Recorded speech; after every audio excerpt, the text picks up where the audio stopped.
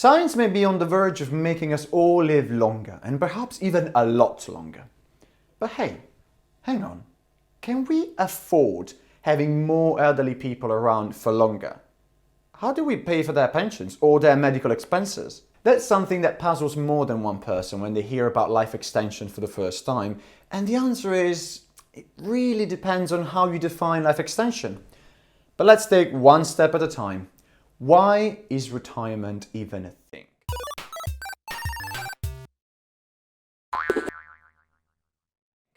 Retirement time is often described as the golden years. And that's not totally wrong. After all, if you retire, it's quite possible that you have a life of accomplishment behind you. Maybe you have grandkids, maybe you have a reasonably well-fed bank account if you took good care of your finances. But whatever your circumstances, you don't have to work for a living anymore. Actually, it's more like you can't work for a living anymore, at which point the whole golden years metaphor breaks down miserably. Fundamentally, retirement exists for one reason: to provide you with a livelihood once you're no longer healthy enough to provide one for yourself. This is why retirement age is set around the time when aging starts taking its toll. Golden years might not be quite the right expression to describe a time where you're too sick to support yourself. Granted, not everyone becomes unfit for work exactly at retirement age, and some people may have enough money set aside to not even need a pension.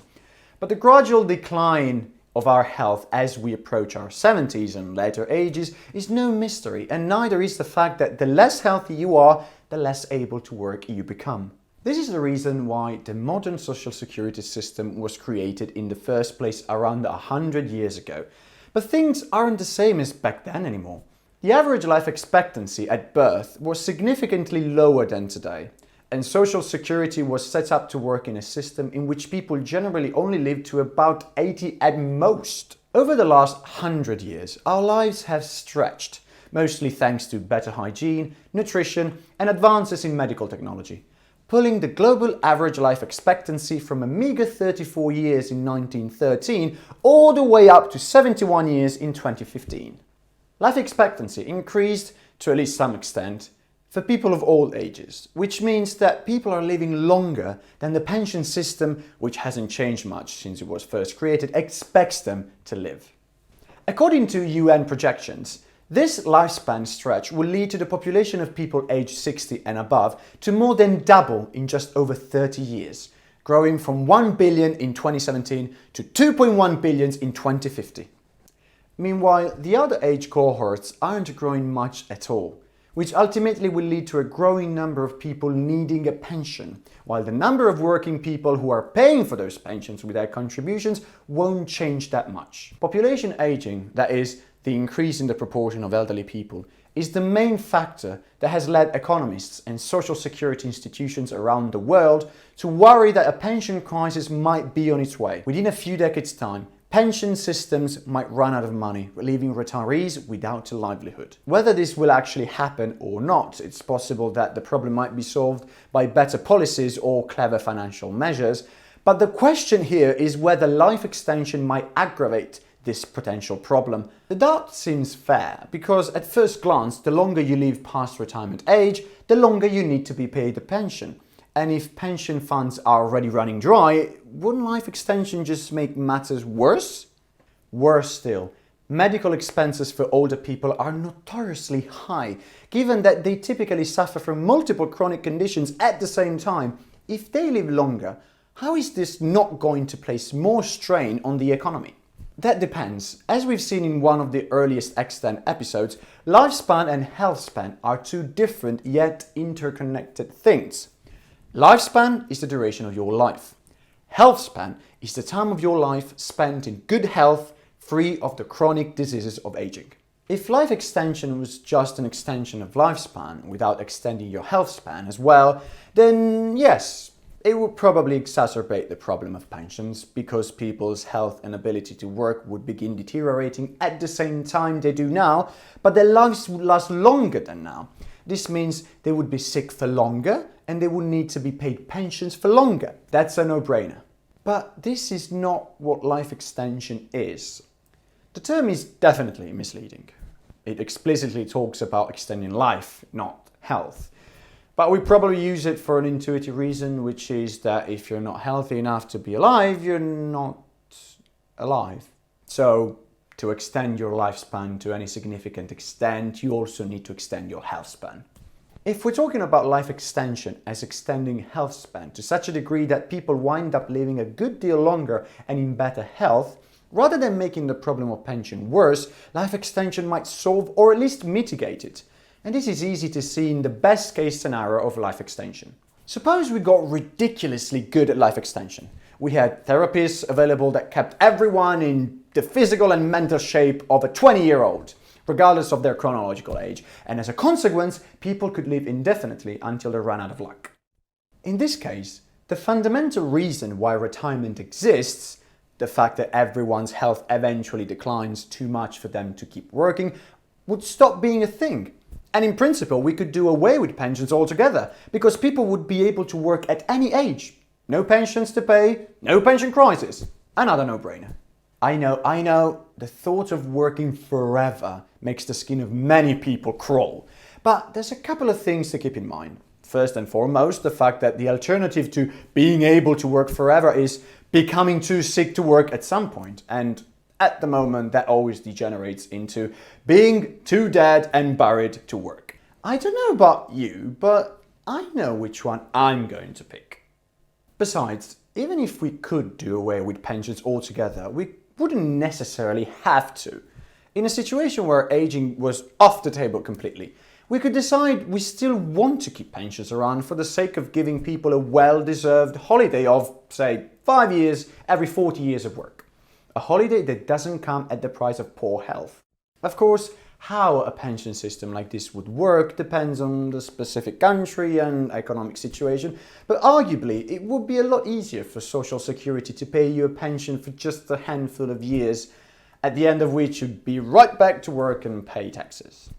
Looking even further into the future, the nature of work might well change entirely. Maybe in 500 years having to work to make a living won't be a thing anymore. Or maybe we'll have a new economic system where nobody ends up doing a job they hate out of necessity. Or maybe not. It's simply too early to know, or to worry about having to work forever. Let's not cross our bridges till we get there. This is all reasonable if the best case scenario eventually pans out. But we can't expect to get to a point where aging is under full medical control overnight. If you watched our episode on the hallmarks of aging, you'll know that aging appears to be the product of 9 different processes that will need to be addressed separately. And it's likely that the different treatments will become available each at its own pace, if ever. This means that at first we'll probably only be able to slow down aging or to undo it only to a modest extent. And if all goes well, later on we might be able to undo it entirely. We can expect a transition phase during which people will live a bit longer and their health will be only somewhat better, which makes concerns about putting more pressure on the pension system understandable. This issue was examined in a 2013 study published in the journal Health Affairs. The researchers set out to estimate the health and economic returns over 50 years in 4 different scenarios by running a statistical simulation to project the health and economic outcomes of older cohorts of people. The 4 scenarios consisted of a status quo scenario used as a baseline in which the incidence of age-related diseases wasn't changed at all, and 3 other scenarios where only one among cancer, heart disease or aging were delayed. According to the researchers, at the end of the simulation, the proportion of disabled elderly people in the delayed cancer and delayed heart disease scenarios was virtually identical to the number of disabled elderly people in the status quo scenario. This is because of competing risks. At older ages, different concurrent diseases do their best to disable and kill you. So even if you eliminate one entirely, another one will likely finish you off.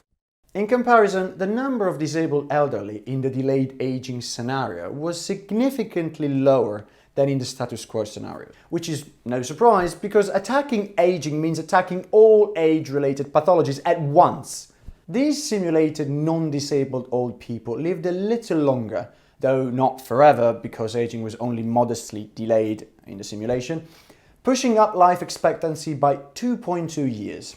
According to the simulation, this increase in life expectancy would lead to nearly $300 billion more spent on medical expenses in the year 2060 compared to the status quo scenario, because the health of the longer-lived old people would still be not perfect and they'd be using healthcare for longer.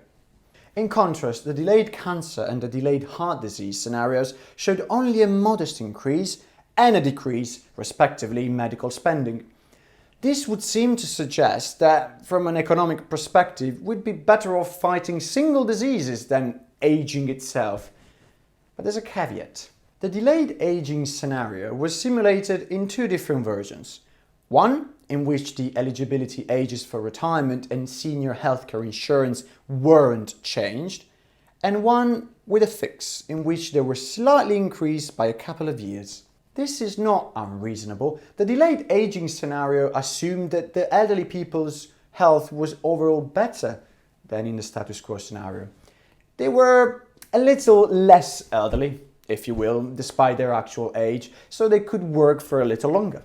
In the delayed cancer and delayed heart disease scenarios, this couldn't be done because even though one single disease was wiped off entirely, the rest of the diseases of old age were still around, impairing people's ability to work, so that rising eligibility age would be unfair. The two versions of the delayed aging scenario displayed dramatic differences in medical and social security spending compared to the status quo. In the version without the fix, spending was ridiculously high, producing an increase in spending of over $3 trillion in 2060. But the version with the fix produced a decrease of around $400 billion. To put it differently, keeping people healthy and able to work for a couple of extra years might lead to significantly reduced spending rather than a crisis, let alone if people were always fully healthy. The study authors further suggested that within the parameters of the same simulation, the social benefits of delayed aging could actually amount to over $7 trillion when compared to the status quo scenario, when one takes into account the additional quality-adjusted life years that people would live. Quality-adjusted life years, or QALY, are a measure of both the length and the quality of life, used to assess whether a given medical intervention is the best bang for the buck. One QALY is one life year spent in perfect health. 0 QALY is being dead. The 7 trillion figure is the result of placing a value of $100,000 per QALY, which according to the authors is a conservative estimate, though they were a little vague on this point. In any case, we can certainly all agree that being healthy is preferable to being sick at any age and for any length of time, and that you can hardly have a pension crisis if you don't have any pensions to pay. These facts alone make for a great reason to work on creating rejuvenation therapies as effective as we can possibly make them. Getting there will require some time, effort, and adjustment of policies, but when the price is better health for longer, it's certainly worth the trouble. Thank you for watching this episode of Extend, and thank you for your constant support, whether it's liking, commenting, sharing, or subscribing. It all helps our channel grow and spread the word about the science of staying young. As usual, a special shout out goes to the Lifespan heroes, the fine people who chose to support Lifespan.io, the platform crowdfunding the cure for aging. By so doing, they support Extend as well, helping us to produce more and better episodes. If you'd like to become a Lifespan hero, visit lifespan.io/hero. And if you'd like to learn more about aging and rejuvenation while having a little fun with it too, go to youtube.com/lifespanio and subscribe.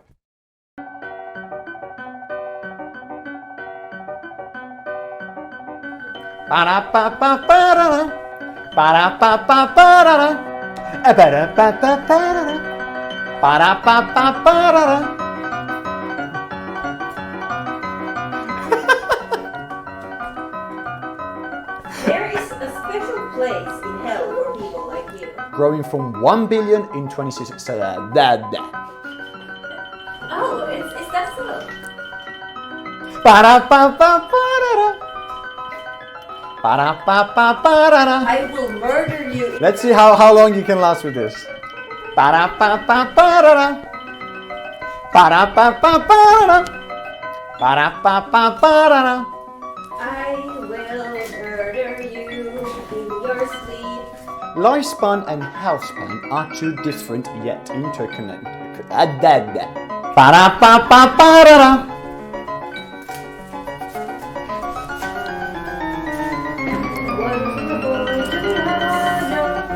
Destined to die by my hand. Hello! Hello, Mr. Waffle! Hi, Mr. Waffles! Did you have fun? Ba-da-ba-ba-ba-da-da. I'm thinking of stopping doing that. Ba-da-ba-ba-ba-da-da. Yeah, you can feel it's just going down, motivation. Ba-da-ba-ba-ba-da-da. I'm getting tired. Ba-da-ba-ba-ba.